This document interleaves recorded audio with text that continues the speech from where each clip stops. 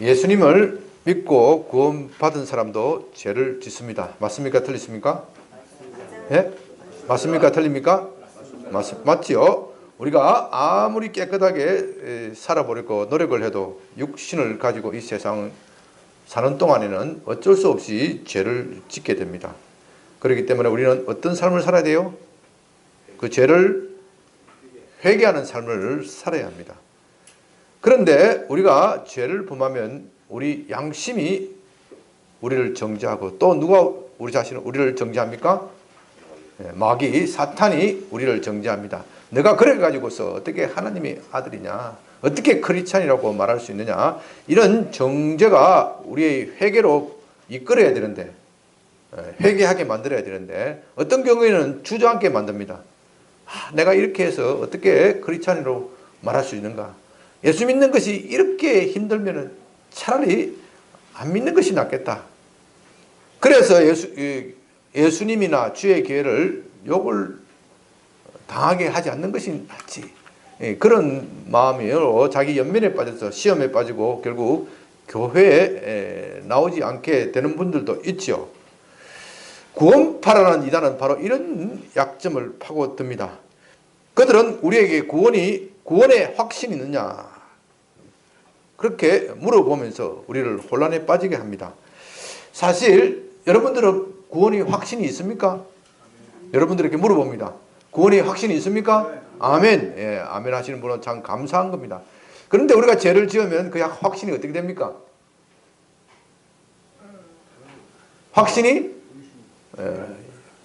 어떻게 해요? 기운이 빠지고 아멘 하기가 좀 힘들죠. 그게 인간입니다. 그게 인간입니다. 그런데 구원파라는 이들은 바로 그 약점을 가지고 파고들면서 당신에게 구원의 확신이 없으니 당신은 구원받은 사람이 아니다. 우리 구원파로 오면 구원의 확신을 가질 수가 있고 구원을 줄 수가 있다. 이렇게 말합니다. 많은 사람들이 여기에 넘어갑니다. 구원의 확신이라는 것은 참 좋은 것이긴 하지만 그것이 꼭 있어야 하는 것은 아닙니다. 우리의 구원은, 여러분 똑똑히 잘 들으셔야 돼요. 우리의 구원은 하나님의 은혜, 하나님의 자비하심, 하나님의 은총에 의해서 주어지는 것이지 우리가 구원을 확신하기 때문에 얻는 것은 아닙니다. 물론 우리가 예수님 믿고 구원을 확신할 수 있다면 정말 좋은 것이고 정말 축복받은 신앙생활을 할 수가 있습니다. 방금 말한 바와 같이, 그러나 우리는 삶을 살아가면서 죄를 짓기 때문에 그 죄가 우리의 믿음을 연약하게 만들고 우리의 구원의 확신을 흔들어 놓습니다.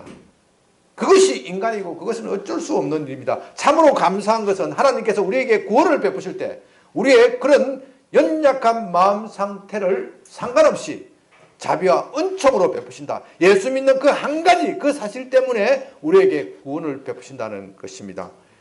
그렇기 때문에 구원파의 주장은 틀린 것이에요. 맞지 않는 것이에요. 비정상적이고 그러므로 그들은 이단으로 정죄되는 것이 마땅한 것입니다. 그런데 구원파에는 더 심각한 오류가 있습니다. 구원받은 사람은 죄를 짓지 않는다는 것. 구원받은 사람, 한 번 구원받은 사람은 죄를 짓지 않는다는 것입니다. 그러니 회개할 일이 있어요, 없어요? 회개할 일이 없는 거예요. 그게 참 이상한 거예요. 구원받은 사람이 어떻게 죄를 짓지 않느냐? 구원받은 사람은 무슨 짓을 해도 된다. 이 말이 되는 겁니까? 안 되는 겁니까? 말이 안 되는 거예요. 이건 진실이 아닙니다. 구원받은 사람들도 얼마든지 죄를 지을 수 있습니다. 그래서 주님께서는 우리에게 늘 회개하는 사람, 거룩한 삶을 추구하라.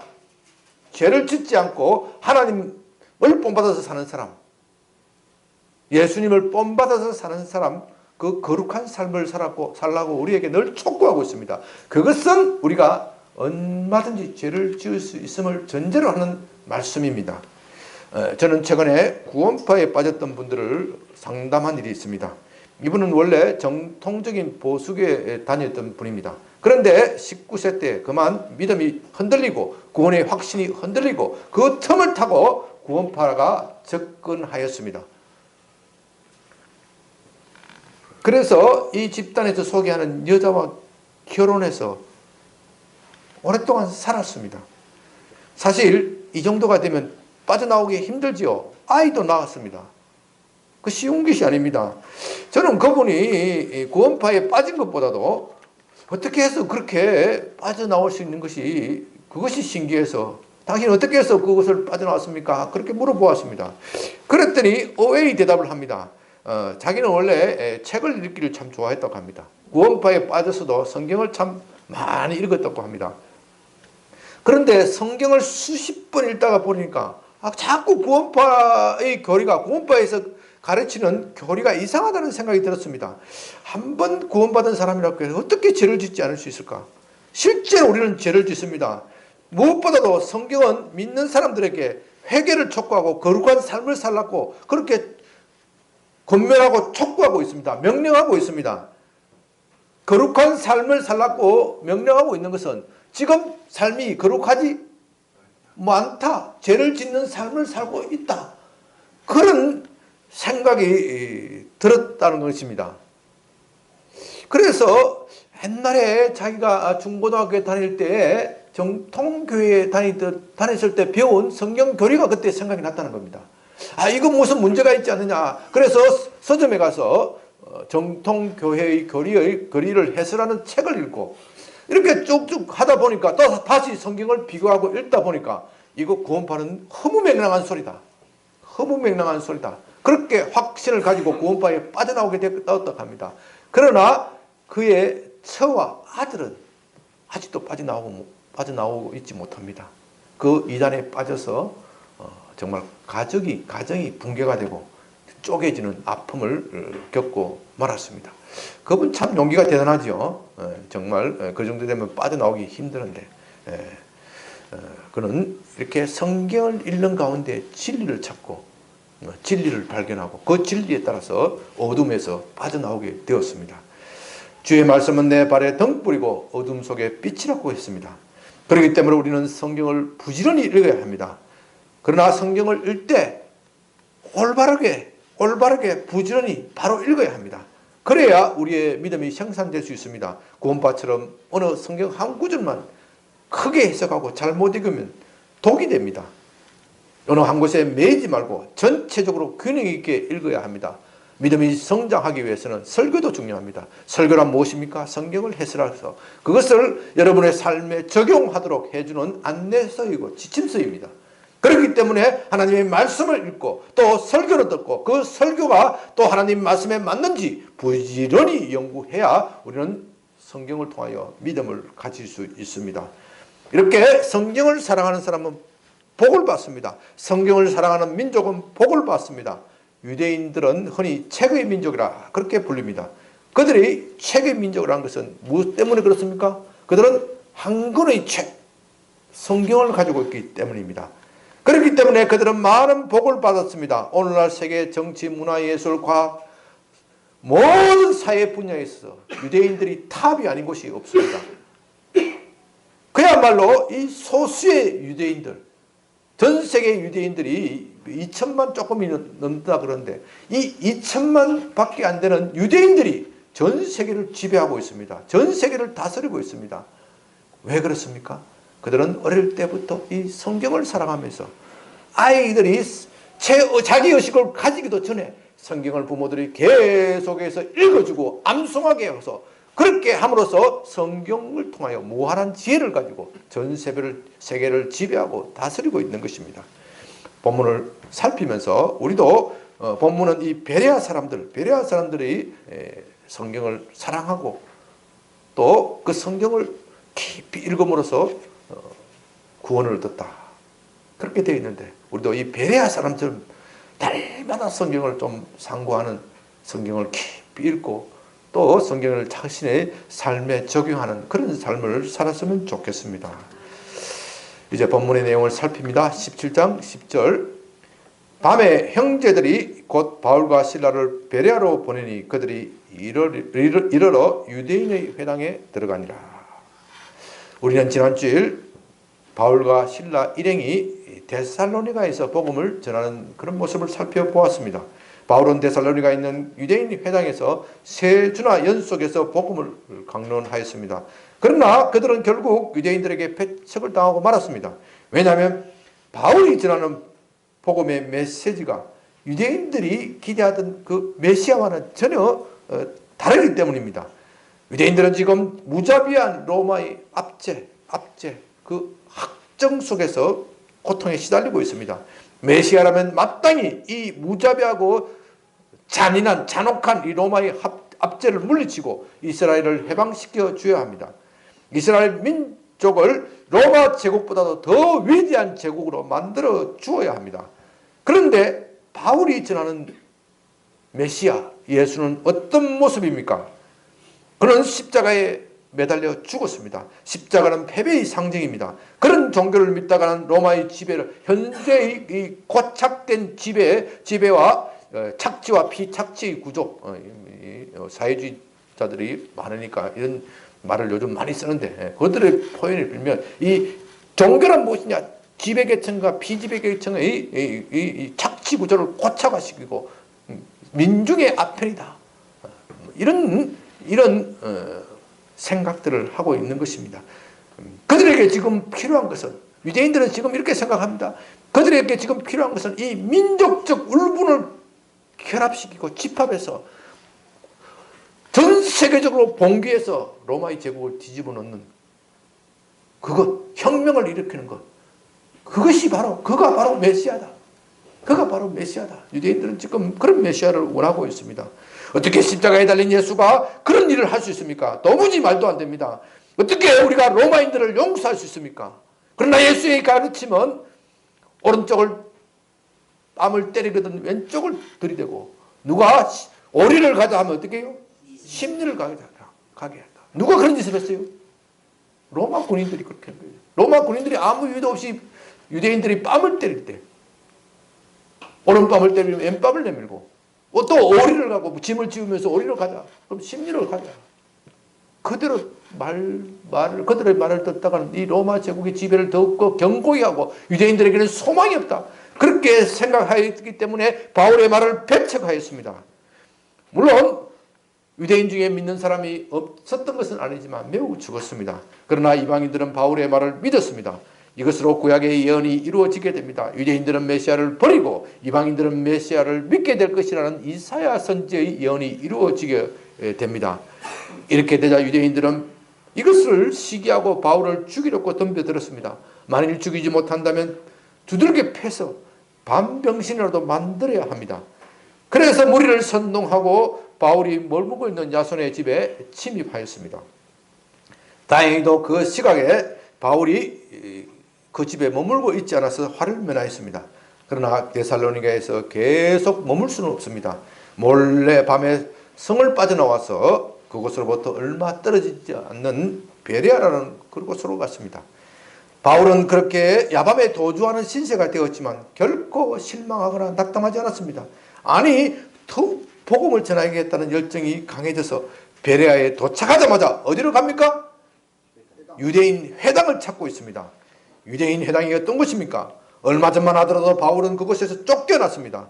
그곳에는 복음의 적대적인 유대인들이 있습니다. 그들은 바울을 내쫓았습니다. 정말 인간이라면 질만도 합니다. 그러나 바울은 여전히 유대인 회당을 찾습니다. 왜냐하면 그래도 그것에는 복음을 들을 만한 사람이 있기 때문입니다. 그는 이렇게 거룩한 열정으로 불탔습니다. 자기의 몸이 부서지더라도 복음을 전하고야 말 것입니다. 저는 바울 일행이 회당에 들어가면서 불렀던 노래가 이런 노래가 아닐까 그렇게 생각을 합니다. 저 멀리 배는 나의 신원성. 제가 한번 독창해 볼까요? 1부 예배 때 잘 됐는데 2부 예배 때는 잘 됐는지 모르겠어요. 저 멀리 배는 나의 시온성, 오 거룩한 곳 아버지 집, 내 사모하는 집에 가고자 한밤을 세웠네. 저 망망한 바다 위에 이 몸이 상할지라도 오늘은 오늘은 이곳 내일은 저곳 주 복음 전하리. 아유, 감사합니다. 앵콜이 안 나와서 다행입니다. 우리에게도 참 이런 열정이 있었으면 좋겠습니다. 여러분 모두 좀 이런 열정의 사람이 되시기를 바랍니다. 또한 이것은 마귀의 괴락이 실패하였음을 뜻합니다. 마귀는 수단과 방법을 가리지 않고 복음 전파를 방해하였고 또 바울 일행을 내쫓았습니다.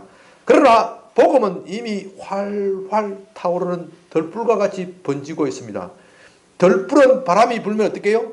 더욱더 잘 타오르고 더욱더 먼 곳으로 퍼져나갑니다. 그와 같이 바울은 이곳에서 박해를 받으면 어디요? 저곳으로 가서 복음을 전하였습니다. 사탄은 이 복음의 불을 끄기 위해서 바람을 후 불었지만 박해를 가했지만 복음은 더욱더 불타오르고 전 세계를 덮고 있습니다. 바로 그것이 하나님의 선교 전략입니다. 11절 베레아에 있는 사람들은 데살로니가에 있는 사람들보다 더 너그러워 간절한 마음으로 말씀을 받고 이것이 그러한가 하여 날마다 성경을 상고함으로. 베레아는 데살로니가에서 서쪽으로 80km 정도 떨어져 있습니다. 농업과 금속 세금이 발달하여 비교적 부유하고 참 번화한 곳이라고 합니다. 베레아 사람들은 데살로니가 사람들보다 더 너그럽다 했는데 여기서 너그럽다는 말은 성품이 좋다는 뜻입니다. 옛날 성경 번역에서는 어떻게 번역했습니까? 착하다가 아니고 신사적이었다. 원어의 뜻의 의미는 귀족적인 성품을 가지고 있다. 귀족적인 성품을 가지고 있다. 그런 뜻입니다. 아마 기질적으로 이 데살로니가 사람들은 좀 거칠었던 것 같아요. 거칠었던 것 같지만 그러나 베레아 사람들은 성품이 온순했던 것 같습니다. 그들은 진리 탐구에 관심이 많았고 다른 사람들이 말하면 경청할 줄 알았습니다. 간절한 마음으로라는 말은 열심 또는 열정을 말합니다. 우리는 하나님의 말씀을 받을 때 간절한 마음이 있어야 합니다. 성경을 읽을 때 또 설교를 들을 때 그것이 내 삶에 적용된다. 그게 간절한 마음이에요. 간절한 마음이 있어야 됩니다. 왜냐하면 그것은 하나님의 말씀이기 때문입니다. 세상 사람들도 중요한 사람들이 말을 할 때는 경청할 줄 압니다. 대통령이나 대기업의 총수로부터 초청을 받아서 둘이서 함께 식사를 하는데 함께 식사를 하는데 그분 앞에서 좋을 사람이 어디 있겠습니까? 귀를 쫑긋하게 들어야 초청한 분에 대한 예의입니다. 하물며 하나님께서 말씀하시는데 졸거나 딴 생각할 수 있습니까? 설교 시간에 졸거나 딴 생각하시는 분은요 마귀에게 마음을 빼앗기는 거예요. 빼앗기는 거. 간절한 마음을 신경을 집중해서 그렇게 정신을 집중해서 말씀을 들어야 믿음이 생산된다 이 말입니다. 4절 그들은 바울의 말이 과연 그런지 날마다 성경을 상고하였다 그렇게 되어 있습니다. 여기서 상고란 말은 조사하다, 검토하다, 신문하다 그런 뜻입니다. 바울은 지금 예수님께서 메시아임을 강론하고 그것을 구약 성경을 들어서 일일이 논증을 하였습니다. 그러자 그들은 집으로 돌아가서 또는 자기들끼리 335로 모여서 바울의 말이 정말인가? 사실인가? 성경책을 찾아서 조사하고 또 검토하였다는 그 뜻입니다. 그들은 바울의 강론을 듣고 아무런 비판이나 검증도 하지 않고 그대로 받아들인 것이 아닙니다. 바울이 매우 현학적이고 또 명성이 높은 랍비라고 하더라도 아무런 비판이 없이 그의 말을 받아들일 수는 없습니다. 성경을 조사하고 또 조사했습니다. 왜냐하면 지금 바울은 매우 중요한 말을 하고 있기 때문입니다. 만일 예수님이 메시아라면 이것은 그들의 일생일대에 있어서 가장 중요한 사건입니다. 그들은 지금까지 메시아를 간절히 기다렸습니다. 오직 메시아만이 자기들이 당하고 있는 비참한 처지에서 해방시켜 주시고 구해 주실 그런 분이기 때문입니다. 그렇기 때문에 예수님이 메시아인지 여부는 그들에게 매우 중요한 사실입니다. 이렇게 중요한 문제를 어떤 사람의 학식이나 명성만으로는 결정할 수 없습니다. 자기의 인생이 결정된 문제입니다. 그들은 날마다 성경을 살피고 또 살폈습니다. 바울의 말이 옳은지 성경을 대조하고 깊이 읽고 기도하고 그렇게 했다는 말입니다. 우리는 성경을 읽을 때 좀 이런 자세를 가졌으면 좋겠습니다. 어떤 사람은 성경의 말씀을 무조건 믿으라 그렇게 말하는 분이 있는데 사람이 어떻게 그럴 수 있습니까? 하도 답답하니까 그런 소리는 할 수는 있지만 그런 말은 옳지는 않습니다. 하나님도 우리에게 아무런 검증도 없이 비판도 없이 생각도 없이 내 말이니까 무조건 믿어라 그렇게 말씀하시지는 않습니다. 선지자의 말이라도 어떻게 해요? 선지자의 말이 옳은지 효험이 있는지 효과가 있는지 그대로인지 어떻게 해요? 실제로 검증을 해봐라 그렇게 말씀하고 계십니다. 하나님은 우리에게 생각할 수 있는 이성을 주셨습니다. 우리는 하나님이 주신 이성으로 생각하면서 읽어야 합니다. 물론 이성이 모든 것을 판단할 수 있고 이성이 모든 것을 말해주는 것이 아닙니다. 이성은 한계가 있다는 것을 인정해야 합니다. 그래도 이성을 존중해야 합니다. 이성은 한계가 있지만 그래도 우리가 이성의 빛을 받고 복음을 확신하는 겁니다. 이성은 신앙은 이성을 배척하지 않습니다. 오히려 신앙을 보충하는 관계에 있습니다. 신앙과 이성의 관계는 서로 보충하는 관계에 있습니다. 우리는 그럴 때 진리를 더 알 수가 있습니다.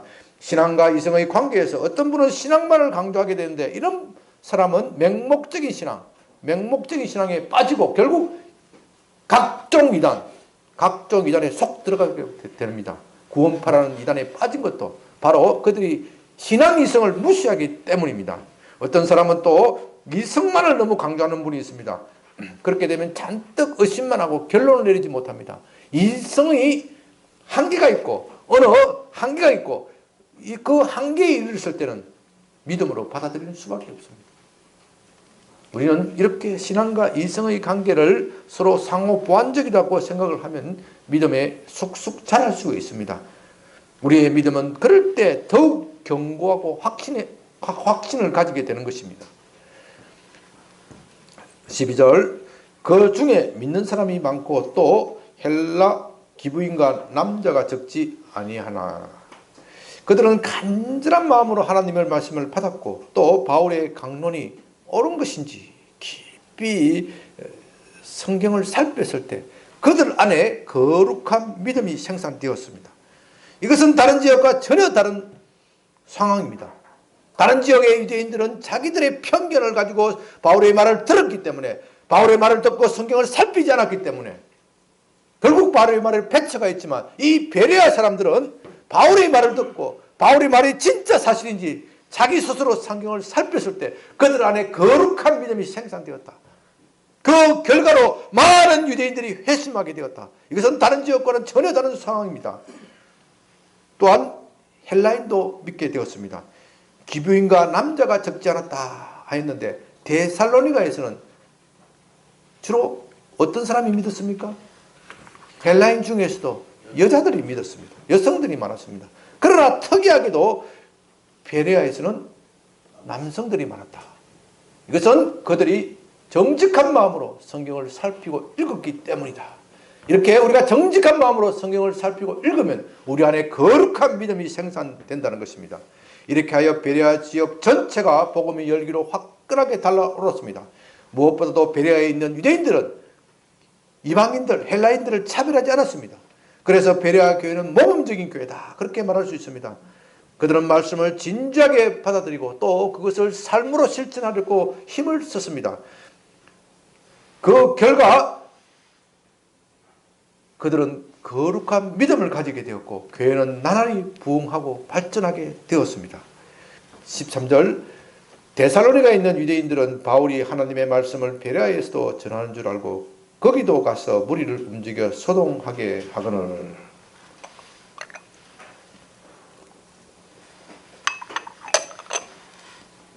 그러나 사탄은요 하나님의 복음이 전파되는 것을 싫어하고 끝까지 방해합니다. 바울이 베레아에서 성공적으로 복음을 전하자 사탄은 데살로니가에 있는 유대인들을 선동하게 하였습니다. 아마 베레아에 있는 다수의 유대인들이 복음을 받아들이고 믿게 되자 그 가운데에서도 또 골통분자들이 있잖아요. 그 가운데에서도 반감을 가졌던 소수의 유대인들이 자기의 힘으로서는 이 회당을 어떻게 해볼 수 없으니까 데살로니가에 가서 데살로니가 유대인들을 끌어들였을 것입니다. 그들은 아마도 데살로니가에서처럼 바울이 천하를 어지럽게 하는 사람이다, 그렇게 악소문을 퍼뜨렸을 것입니다. 또 로마 황제 시저에게 반역을 도모한다, 그런 거짓말도 했을 것입니다. 교회에 대하여 온갖 악평 악담을 퍼부었을 것입니다. 14절, 형제들이 곧 바울을 보내어 바다까지 가게 하되 실라와 디모데는 아직 거기 머물더라. 그래서 교회는 일단 바울을 바다 쪽으로 피신하게 하였습니다. 이때 바울은 곧장 아덴으로 가게 되는데 아마 배를 타고 육로로 갔었습니다. 육로로 갔습니다. 아마 배를 바닷가에 이렇게 피신시켰던 거죠. 배를 타고 더 다른 지방에 가는 것처럼 그렇게 변장을 했었을 것입니다. 그러나 실라와 디모데는 계속해서 베레아에 머물게 했습니다. 베레아에는 아직도 할 일이 많습니다. 몰려 들어온 신자들을 관리하고 그들에게 신앙교육을 시켜야 합니다. 그들에게는 목자가 필요했습니다. 그래서 실라와 디모데를 남겨놓습니다. 실라가 아주 유명한 사역자인 것은 틀림없는데 이제 이 디모데라는 사람이 처음으로 사역자로 등장합니다. 디모데는 사도행전 16장 1절에 보면 소아시아의 더베에서부터 바울의 제자로 따라다녔습니다. 그는 처음에는 보조자 또는 견습생으로 따라다녔는데 이래 시간이 지나서 베레아에서 처음으로 그의 이름이 사역자로 등장하고 있습니다. 이것은 이제 그도 의젓한 사역자가 되고 한 교회를 책임지고 담임할 수 있는 목사가 되었다 하는 그런 뜻입니다. 바울은 디모데를 따라다니면서 강하게 훈련시켰습니다. 자기 자식 이상으로 사랑하고 그를 훈련시켰습니다. 제자 훈련은 이렇게 하는 것입니다. 제자 훈련은 강의실에서 키워지는 것이 아니라 함께 삶을 나누는 데서 키워집니다. 저는 최근에 여러분들에게 송중기 목사님이 지은 책 이름 뭐죠? 네, 끝까지 가라는 책을 읽을 것을 권면하였습니다. 그 책에서도 송 목사님께서 강조하고자 하는 것은 제자 훈련은 프로그램 속에서 만들어지는 것이 아니다. 제자는 프로그램 속에서 만들어지는 것이 아니다. 삶을 함께 나누고 동고동락을 함께하고 함께 기도하고 함께 우는 그런 삶을 나눌 때 제자가 키워진다. 참 좋은 내용입니다. 저도 우리 교회에서도 이런 좀 제자가 키워지는 양병교회, 그야말로 양병교회인데 좋은 프로그램이 제자를 만드는 것이 아니라 저와 여러분의 삶을 함께 나누는데 그런 데서 제자가 길러지는 것입니다. 그걸 너무 제자 훈련이니까 거창하게 생각해서는 안 됩니다. 여러분 각자도 이 시간 예배에 참석한 여러분들은 제자 훈련을 받거나 또 훈련을 시킬 수 있습니다. 교회에서 꼭 시간을 정해놓고 제자 훈련이다 이렇게 뭐 일주일에 한 번씩 훈련 받고 과제 받고 뭐 이렇게 하는데 거기만 하는 것이 아니고 여러분들이 삶 자체가 제자 훈련을 시키거나 제자 훈련을 받는 삶이 되어야 한다. 나의 가장 가까운 사람, 나의 배우자, 아내, 남편, 먼저 믿은 사람이 나중 믿은 사람에게 말씀을 가르치는 것, 이것이 바로 제자 훈련입니다. 가정에서부터 출발할 수 있습니다. 여러분들의 직장과 학교에서 출발할 수 있습니다. 그럴 때 여러분들이 제자를 가지게 될 때 신앙이 성장하고 커지는 겁니다. 맨날 받아먹기만 하면 신앙이 성장하지 않아요. 여러분들은 이렇게 제자 훈련을 받고 또 제자 훈련을 시키는 그런 사람이 되었으면 좋겠습니다. 많은 사람을 가질 필요는 없어요. 내가 단 한 사람, 지금 이 시간에 좀 결심했으면 좋겠어. 내가 단 한 사람이라도 좀 제자 훈련을 시켰으면 좋겠다. 내 남편, 변화되지 않는 내 남편을 제자라 생각해요. 내 아내, 그 사람을 제자라고 생각해요. 그러면 얼마나 사랑스러운지 몰라요. 평생 원수도, 평생 원수도, 평생 전생연분이 되는 거예요. 전생연분. 전생연분이 되는 거예요. 15절 바울을 인도하는 사람들이 그를 데리고 아덴까지 이르러 그에게서 실라와 디모데를 자기에게로 속히 오게 하라는 명령을 받고 떠나니라. 여기서 아덴은 어디죠? 예, 아테네라는 말을 아덴으로 이렇게 번역을 이렇게 옛날 번역이 이렇게 되어 있는데 그걸 아직도 고치지 못하고 이렇게 하는 겁니다. 아테네입니다. 여러분이 잘 아시는 바와 같이 아테네는 그리스 문명의 중심입니다. 유명한 철학자 소크라테스, 아리스토텔레스 그리고 플라톤이 이 도시에서 활약했습니다. 철학뿐만 아니라 문학과 과학, 예술 모든 분야에 가장 뛰어난 지성과 거성들이 이 아테네에서 나왔습니다. 당시 정치적으로는 로마가 세계의 중심이지만 문화적으로는 그리스 아테네가 세계의 중심입니다. 그래서 세계 공용어도 로마어가 아니라 헬라어, 아테네의 언어인 헬라어가 세계 공용어입니다. 그곳에는 세계의 석학과 지성인들이 모여들었습니다. 세계적으로 유명한 대학들이 있고 자칭, 타칭 가장 똑똑하다는 사람들이 그 시대에 가장 똑똑하다는 사람들이 아테네에 모여들었습니다. 이제 바울은 세계의 중심 도시 그곳에 서게 되었습니다. 여러분 누가 그곳에서 세웠습니까? 이 기막힌 현실 누가 그곳에 세웠습니까? 누가 그곳에 가게 했습니까? 사탄이 가게 했습니다. 그러니까 얼마나 기가 막힌 일입니까? 물론 궁극적으로는 누가 하신 거예요? 하나님이 하신 거지만 표면적으로 누가 했어요? 사탄이 내쫓았는데 그 내쫓은 결과 세계의 중심에서 복음을 전하게 되었다. 얼마나 기가 막힌 일입니까? 하나님의 지혜에 감탄할 수밖에 없습니다. 바울이 아테네에서 어떻게 복음을 전하였는지는 다음 주일에 알아보겠습니다. To be continued. 이제 말씀을 정리합니다. 저는 여러분들에게 베레아 사람들처럼 간절한 마음으로 하나님의 말씀을 받고 날마다 성경을 읽을 것을 권면합니다. 성경은 하나님의 말씀이고 인류가 가진 어떤 책보다도 가장 소중한 책입니다. 시편 119편 105절에서 주의 말씀은 내 발의 등이요 내 길의 빛이라고 했습니다. 우둔한 자에게 지혜를 준다고 말했습니다. 정말인지 성경을 많이 읽으면 지혜가 생기고 없던 아이디어도 솟아나고 우리가 어떻게 살아가야 할지 삶의 지혜를 얻습니다. 세상의 모든 책은 사람이 지어낸 것입니다. 사람이 생각해서 지어낸 것이기 때문에 오류가 있습니다. 그러나 하나님의 말씀은 성경은 하나님이 말씀하시는 것이기 때문에 오류가 있을 수가 없습니다. 그렇기 때문에 성경은 나는 이렇게 생각한다 그렇게 말하지 않아요. 너희가 구원을 받기 위해서 너희가 이렇게 하는 것이 좋겠다. 내 생각이 이렇다. 성경에 그런 말이 있습니까? 없습니다. 성경은 다른 쪽으로 말합니다. 너희가 구원을 받기 위해서는 예수 그리스도를 믿어야 한다. 더 생각할 여지가 없다. 명령형으로 되어 있습니다. 명령형. 여기에 인간의 생각이나 인간의 추론이 개입될 여지가 없습니다. 성경은 늘 다른 쪽으로 말합니다. 너희는 이렇게 살라. 이렇게 살면 복을 받게 된다. 왜냐하면 하나님께서 천지를 창조하시고 하나님께서 우리에게 명령하실 권한을 가지고 있기 때문입니다. 그렇기 때문에 우리는 성경의 말씀을 신뢰할 수 있습니다. 인간의 말을 언제든지 변경될 수 있습니다. 어떠한 철학이나 사상도 영원한 것이 없습니다. 어제까지 풍미하던 사상 오늘은 다 무너집니다. 인류의 역사에 보면 얼마나 많은 사상들이 오고 갔습니까? 근대 이후에 얼마나 많은 사상들이 오고 갔습니까? 계몽주의 다음에 낭만주의 주의가 하도 많아가지고 다 외울 수 없을 정도로 사상들이 왔다 갔다 하고 변화가 되고 있습니다. 그래서 어떤 철학자는 철학이 왜 존재하냐? 뒤집기 위해서 존재한다.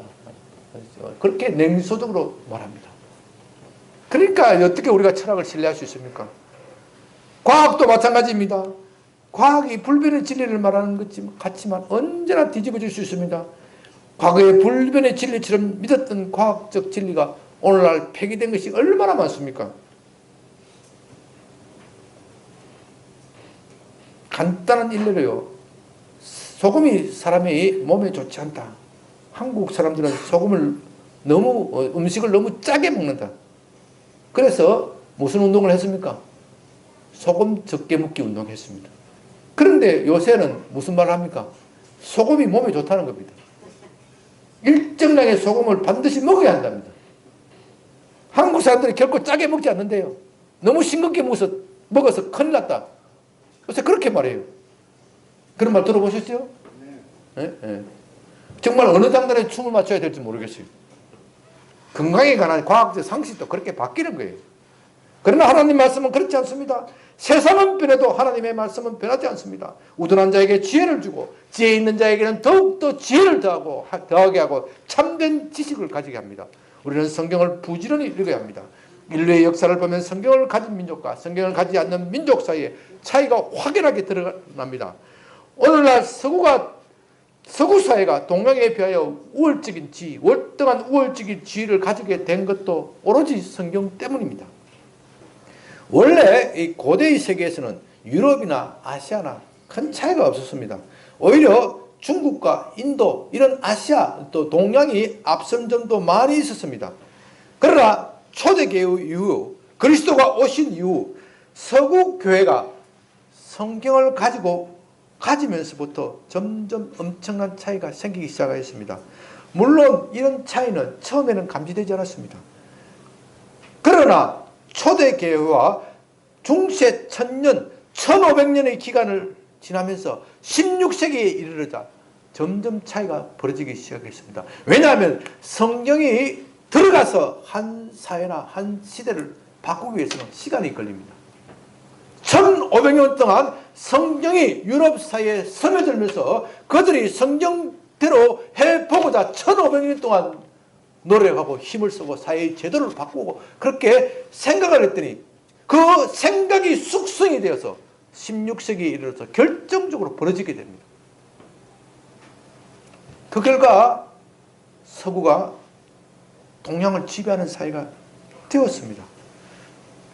서구는 과학을 발전시키고 민주주의와 시장경제, 법치주의를 원리를 만들어내었습니다. 이것은 어느 사회에서도 볼 수 없는 놀라운 성과입니다. 이 모든 것은 성경의 기초를 두고 생각해서 나온 것입니다. 오늘날 서구의 발전은 성경을 떼어놓고 교회를 떼어놓고 기독교를 떼어놓고 생각할 수 없습니다. 우리가 누리고 있는 자유와 인권도 성경이 없었더라면 불가능한 일입니다. 저는 이런 것들에 대해서 거의 10여 년 동안 집중적으로 연구하였습니다. 그러니까 제 말을 믿어도 돼요. 제가 하는 이야기가 아니라 서구의 학자들이 스스로 고백을 하고 동양의 학자들도 그것을 인정하지 않을 수 없습니다. 성경을 가진 민족은 잘 되게 되어 있습니다. 오늘날 유대인들이 모든 분야의 두각을 나타내는 것도 어릴 때부터 성경을 읽히기 때문입니다. 아이들이 의식이 자라기 전에 성경을 읽어줌으로써 성경 속에 있는 세계관이 그들을 아이 속에 자연스럽게 스며들게 함으로써 그들의 인격을 만들어내는 것입니다. 성경이 가는 곳에는 흑암이 물러가고 진리의 빛이 비추어집니다. 우리나라가 짧은 시간에 전 세계에서 주목을 받는 나라가 된 것도 성경 때문입니다. 우리나라 사람들은 잘 이것을 인정하지 않으려고 하는데 다른 나라 사람들, 다른 나라 학자들이 이것을 인정하고 있습니다. 100여 년 전에 우리나라는 암흑의 나라였습니다. 우리는 우리 스스로 5000년의 역사를 가진 찬란한 문화민족이라고 말하지만 100여 년 전 서구사회, 서구 선교사가 보는 이 나라는 암흑의 천지였다 이 말입니다. 이렇게 말하면 기분 나쁠지 모르지만 선교사들이 100여 년 전에 이 땅에 도착해서 쓴 수기가 있습니다. 관리들은 부패하고 백성들이 등골을 파먹는다. 등골을 파먹는다. 백성들은 어떠냐? 희망이 없으니까 술에 취해서 싸움박질을 한다. 겨울에는 노름이나 하고 게으르고 도대체 이 나라의 희망이 무엇이 있는가? 흰옷을 좋아한다. 흰옷을 좋아한다. 옷감이 없으니까 흰옷을 입은 거지. 흰옷에 때가 쭉쭉 묻어요. 흰옷인지 검은 옷인지 모르겠다. 안 빨아서 불결하고. 그러니까 그들의 눈에는 이 아프리카 후진국이나 대한민국이랑 별 차이가 없었다 이 말입니다. 그런 미개한 민족이었습니다. 기분이 좀 나쁘지만 우리가 인정해야 됩니다. 그러나 선교사들이 성경을 번역하여 보고하실 때는 사람들의 눈이 달라졌습니다. 그 당시 거의 문서가 한자로 되어 있기 때문에 배우지 못한 백성들은 글을 읽을 수 없습니다. 그러나 선교사들은 성경을 쉬운 한글로 번역하였습니다. 이렇게 되자 배우지 못한 사람, 문명이 퇴치되었다. 쉽게 글을 읽고 그들의 눈이 밝아졌습니다. 성경이 이 나라 사람들이 문명에서 탈출하게 만들었습니다.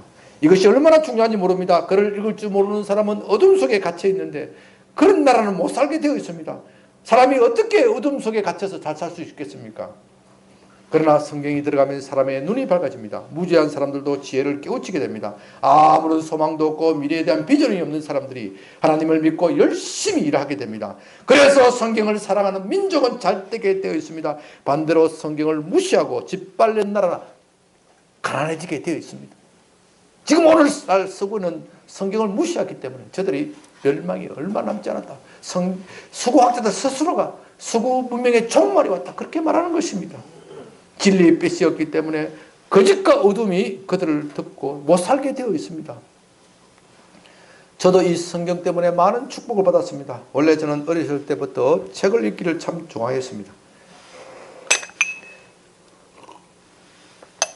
고등학교에 들어가기 전에 삼국지를 3번 읽었습니다. 왜 3번을 읽었느냐? 그때 어떤 격언을 보니까 삼국지를 3번 읽은 사람과는 말도 하지 말라. 그런 중국의 격언이 있대요. 왜냐하면 삼국에는 얼마나 깨가 많이 있으니까. 그래서 내가 3번을 읽어야 되겠다 하고 이거 박종화 삼국지 5권짜리 있잖아요. 3번을 읽었어요. 또 그 다음에 또 나온 또 이문열의 삼국지는 거의 다 읽었어요. 얼마나 좋아요. 그러니까 내가 얼마나 깨가 많았겠어요. 정말 삼국지를 읽었더니 세상적인 깨가 많이 생깁니다. 그런데 깨는 세상적인 것에 불과해요. 참된 지혜를 주지 못합니다. 그 세상적인 깨가 나를 올바르게 만들지 못하고 부자로 만들어주지 못한단 말입니다. 그거 어디서 알 수 있습니까? 그 삼국지를 지은 나라 중국을 보면 알잖아요. 그렇게 깨가 많으면은 중국이 세계에서 제일 잘 살고 제일 강대국이 되고 해야 되지 않습니까? 그러나 중국은 얼마나 못 삽니까? 근래에 들어와서 좀 생편이 나아지긴 했지만 여전히 후진국입니다. 미개합니다. 인권을 짓밟습니다. 누가 중국에서 살고 싶어 하겠습니까? 여러분들 중국에서 살고 싶습니까? 한국에 살고 싶습니까? 어디입니까? 당연히 한국이죠. 누가 중국에서 살고 싶을까 합니까? 삼국지의 나라가, 세상적인 지혜의 나라가 그 꼴이란 말입니다. 세상적인 지혜는 뭐예요? 속이는 거예요. 제가 삼국지의 가르침대로 살았다면 지금 벌써 교도소가 있었을 거예요. 한탕하고 교도소가 있었을 거예요. 네? 그러나 성경이 저를 바꾸었습니다. 저는 중학교 때 예수님을 믿고 나서 성경을 읽고 또 읽었습니다. 하루에 3장씩 규칙적으로 꼭 읽었습니다. 그렇게 하루에 3장씩 읽으면 1년에 한 번 만족할 수 있습니다. 그것을 삶의 목표로 삼아서 계속해서 읽었습니다. 설령 제가 신앙생활에 한때 한 10년 동안 좀 세상에 눈이 팔려서 신앙생활을 올바르게 하지 못한 때도 있었는데 그래도 성경 하루에 3번 읽는 거 요거는 꼭 지켜야 되겠다. 그것이 저를 지켜줬다 이 말입니다. 성경이 제게 얼마나 큰 지혜를 주었는지 모릅니다. 여행을 다닐 때도 꼭 성경을 가지고 다녔습니다. 성경도 조그마한 성경이 아니라 이 무거운 성경을 가지고 다닙니다. 큰 성경, 일부러 큰 성경을 가지고 다닙니다. 조그마한 성경을 가지고 있으면 안 읽을 수도 있잖아요. 이 무거운 성경을 가지고 읽으면 어떻게 해요? 가지고 수고를 생각해서라도 내가 꼭 읽어야 돼요. 아무리 산을 타고 피곤해도 밤에 와서 콩 성경을 자기 전에 읽는 겁니다. 자기 읽다가 졸면 조는 거죠. 뭐. 그렇게 성경을 사랑하고 읽었습니다. 성경은 언제나 저의 몸의 일부가 되었습니다. 그래서 저는 많은 복을 받았습니다. 삶의 지혜가 생기고 목표가 생겼습니다. 간혹 세상적인 유혹을 받지만 그래도 저를 지켜주는 것은 성경이었습니다. 늘 성경을 가까이 했고 하나님의 말씀이 늘 저와 함께 했습니다. 그래서 저는 이 성경을 사랑합니다. 다른 어떤 책보다도 사랑합니다. 이제 여러분 말씀을 마칩니다. 여러분이 큰 믿음을 가지고 싶습니까? 성경을 읽으십시오. 학생들은 지혜를 가지고 싶습니까? 성경을 읽으십시오. 인생의 위기가 봉착했습니까? 성경을 읽으십시오. 일대 근성으로 읽어서는 안 됩니다. 줄쳐가면서 베레아 사람들처럼 정성을 담아서 읽어야 합니다. 내 삶의 문제가 어디가 잘못되었는지 지혜를 구하면서 읽어야 합니다. 적어도 1년에 한 번은 완독해야 됩니다. 하루에 몇 장 읽어야 된다고 그랬죠? 3장. 3장 이상은 읽어야 합니다. 무엇보다도 성령의 도움을 구해야 합니다. 왜냐하면 성경의 저자는 성령님이시기 때문입니다. 함부로 잘못 읽다가는 구원파처럼 이단에 빠질 수가 있습니다. 그래서 늘 성령의 도움을 구하면서 읽어야 합니다. 오늘은 금년의 마지막 달이 시작되는 12월의 첫 주일입니다. 여러분 금년이 다 가기 전에 이 성경을 한 번쯤은 완독했으면 좋겠습니다. 아유, 지금까지 읽지 않았는데 어떻게 12월 한 달 동안 완독하겠습니까? 그래도 결심하고 한번 읽으십시오. 결심하고 못 읽으면 남은 부분은 내년에 언제까지라도 한 번은 완독해 보겠다. 지금 이 시간에 결심하십시오. 그리고 가급적이면 휴대폰 성경을 좀 버리십시오. 휴대폰 성경을 읽다가 어느 새에 어디 가게 됩니까? 솔직하게 얘기해 보십시오. 유튜브 다른 거나 안 보고 안 되겠고. 휴대폰 성경은요, 눈이 아파서 성경을 볼 수 없는 사람, 그런 분들은 오디오 성경 참 잘 나와 있잖아요. 또 뭐 여행 다니고 바빠서 이렇게 집중해서 읽기 곤란할 때, 그럴 때 듣는 것이지, 평소에 이 휴대폰을 좀 떼놨으면 좋겠어. 휴대폰은 좀 떼놔야 하나님과 더욱더 만남의 시간이 있습니다. 늘 성경을 사랑하는 여러분이 되시기를 주님의 이름으로 부탁드립니다.